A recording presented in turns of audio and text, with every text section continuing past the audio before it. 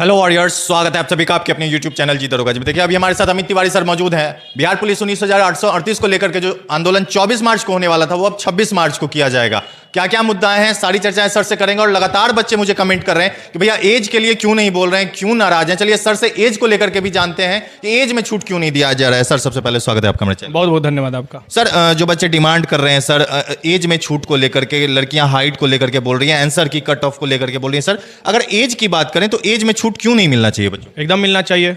हम ये नहीं बोले कि एज में नहीं छूट मिलना चाहिए, कभी नहीं बोले। हम ये बोले हैं कि एज में छूट जब मांगने के लिए समय था तब तक तुम लोग बट गए थे, चुप हो गया था पूरा। समझिए कि हमको अभी भी याद है कि 200 अभ्यर्थियों के साथ मुख्यमंत्री आवास के पास हम लोग अकेले थे और वो सब अभ्यर्थी जानता है। तो एज में छूट मिलना चाहिए, लेकिन बशर्ते ये बात है कि एज में छूट के लिए अब हम लोग कोर्ट नहीं मूव कर सकते, क्योंकि कोर्ट में हमारा केस कुछ चल रहा है पहले से। एज के लिए केस हम लोग लड़ रहे हैं, यानी 21,391 के लिए भी। और उसी समय CSBC द्वारा ये बात कहा गया था कि हम 2 साल का छूट दे देंगे, उनके वकील द्वारा कि हम 2 साल की छूट दे देंगे अगला भर्ती में, जो कि आपको दिखाई भी दे रहा है।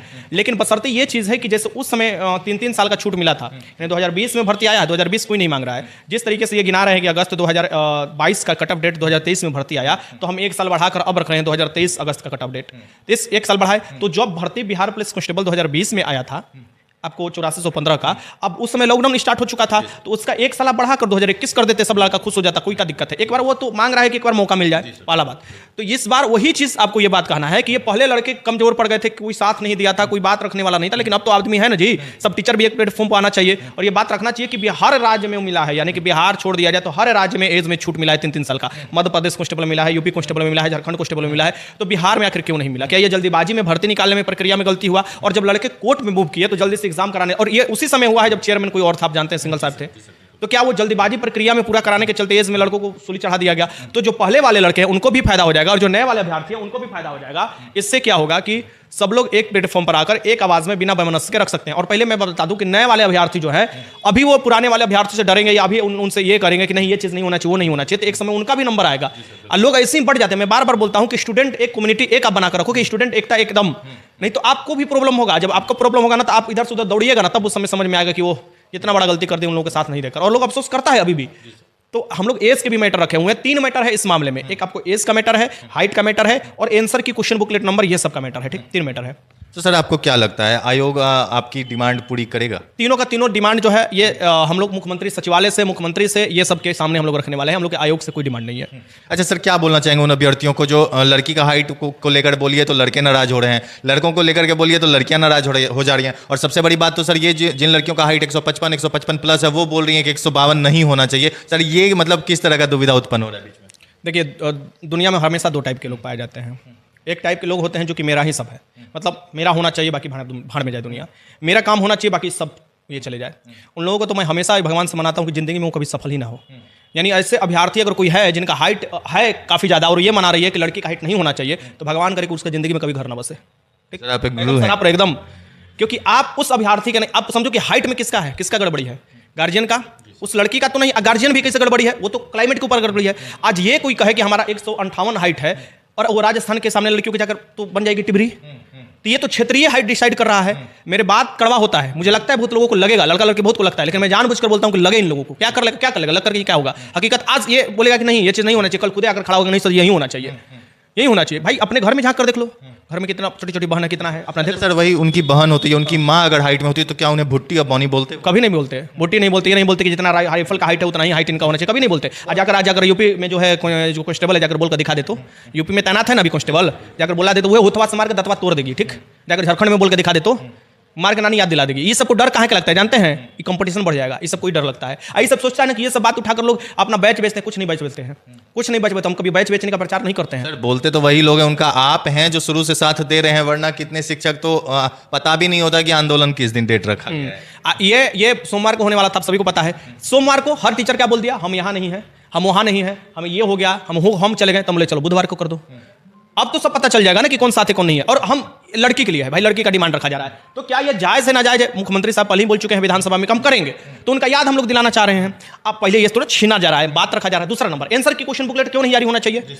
ऐसे तो बेईमान लोग घुस जाएंगे अंदर, क्यों नहीं जारी? अब बताइए कि जब कौन सा लूप होल भरने की कोशिश की जा रही है? वही ना चीज कि आप अगर लड़का सब आता है जिसका स्कोर अच्छा होने के बाद रिजल्ट नहीं होता है, तो डायरेक्ट आप हमसे पूछता है सर आप कटअप बताए थे, आपका कटअप नहीं, आप हमारा रिजल्ट नहीं हुआ, काहे नहीं हुआ? हमको लग रहा है बेईमानी हो गया। तो बेईमानी कैसे हुआ ये तो पता तो चलना चाहिए ना। क्यों नहीं है? तुम्हारा आंसर मान लिया, तुम सही आंसर मान रखे हो, तुम मान रखे हो कि अकबर का पिताजी जो है हुमायूं है, भाई तो मान लीजिए आप मान चुके हो, लेकिन आयोग मान दिया कि नहीं अकबर के पिताजी बाबर हो जाएंगे, तो भाई तुम सही हो, वो गलत हो गया, लेकिन फिर भी वो अपना थोप रहा है तुम पर, जबरदस्ती का आंसर मनवा दिया। आप कुछ नहीं कर सकते, आपको पता भी नहीं है आंसर क्या वो मनवाया है। आप अगर इस तरीके से सोचो कि बीपीएससी में जब आंसर की जारी होता है तो उतने बड़े बड़े प्रोफेसर जब क्वेश्चन सेट करते हैं तो वो भी अपने आंसर में सुधार करते हैं, तो आप क्यों नहीं आप क्यों नहीं आप बात उठा सकते हो? और देखो एक बार चांस मिल रहा है, फिर बार बार आप लोग सोचोगे कि दिन भर आंदोलन होते रहे और दिन भर आदमी यही करते रहे, तो नहीं, शांतिपूर्ण तरीके से सरकार के सामने बात रखा जाएगा, बुधवार को रखा जाएगा, आना हो तो आना, नहीं आना होगा तो तुमको कोई जबरदस्ती नहीं है। फिर बाद में कभी मुंह उठाकर ये समझ बोला कि आप हम लोग के लिए बात आप नहीं रखे, हाइट के लिए नहीं रखे, एज के लिए नहीं रखे, क्वेश्चन बुकलेट के लिए नहीं रखे, आंसर की के लिए नहीं रखे, अगर अंदर बेमनस की भावना भरना है भरो, उससे हमको कोई मतलब नहीं है। ठीक सर, जब 21,391 का एग्जाम हो गया तो आंसर की को लेकर के तब नींद खुला,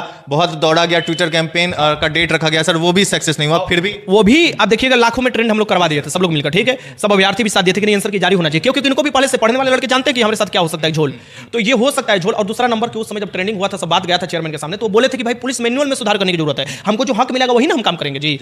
हमको अगर कहा जाएगा इतना ही काम करना है तो हम एक बाउंड में बने हुए सरकारी कर्मचारी वही काम करेंगे, तो हमको क्या है, हमको मुख्यमंत्री से बात रखना है, हमको मीडिया के सामने बात रखना है, हमको ये बात रखना है कि देखो भाई किस तरीके से एग्जाम होता है, अगर कहां से धांधली के लूज पोल निकल कर आ जाते हैं, कहां से बैकडोर की एंट्री आ जाता है, ये मामला है। आप ये तो बता दिए कि क्वेश्चन पेपर लीक हो जाएगा तो किसी को करोड़ों रुपया देना पड़ेगा जुर्माना, आप ये तो बता दिए कि चोरी करते हुए पकड़े जाएंगे तो 10 लाख रुपया का जुर्माना लगा देंगे, लेकिन आप ये क्यों नहीं बताए कि अगर आयोग गलती करता है तो उन पर कितना जुर्माना लगेगा, अगर आयोग आंसर की गलत देता है तो एक क्वेश्चन पर कितना आप जुर्माना लगाइएगा, क्योंकि एक क्वेश्चन के चलते हजारों लोगों का अभ्यर्थी की जिंदगी बर्बाद हो जाता है। तो मेरे सभी लोगों से, सभी अभ्यर्थियों से, और ये जब यहां से दरवाजा खुलेगा तो दरोगा भी दरवाजा क्लियर हो जाएगा, बिहार एसएससी भी दरवाजा क्लियर हो जाएगा, यानी कि सब लोग अपना देने शुरू कर देंगे, तो ये देना ही पड़ेगा भाई। आज कितना मतलब हो गया भाई, समझो 2025 में तुम लोग आ चुके हो, हम लोग आ चुके हैं, और ये कहा जा रहा है कि हम क्वेश्चन पेपर इसलिए नहीं देंगे क्योंकि ये सुरक्षा का सवाल है। क्या वो क्वेश्चन पेपर लेकर उसमें एटम बम लगाकर फोड़ दिया जाएगा? क्या ऐसा थोड़े ना है भाई। वो कौन सा सुरक्षा तुम बोल रहे हो, कौन मतलब कौन वाला सुरक्षा बोल रहे हो, ये भी सोचने की जरूरत है कि भैया जब आप एग्जाम ले लिए तो अब उसमें क्या सुरक्षा की जरूरत है, और उसके लिए आप पैसा ले चुके हैं।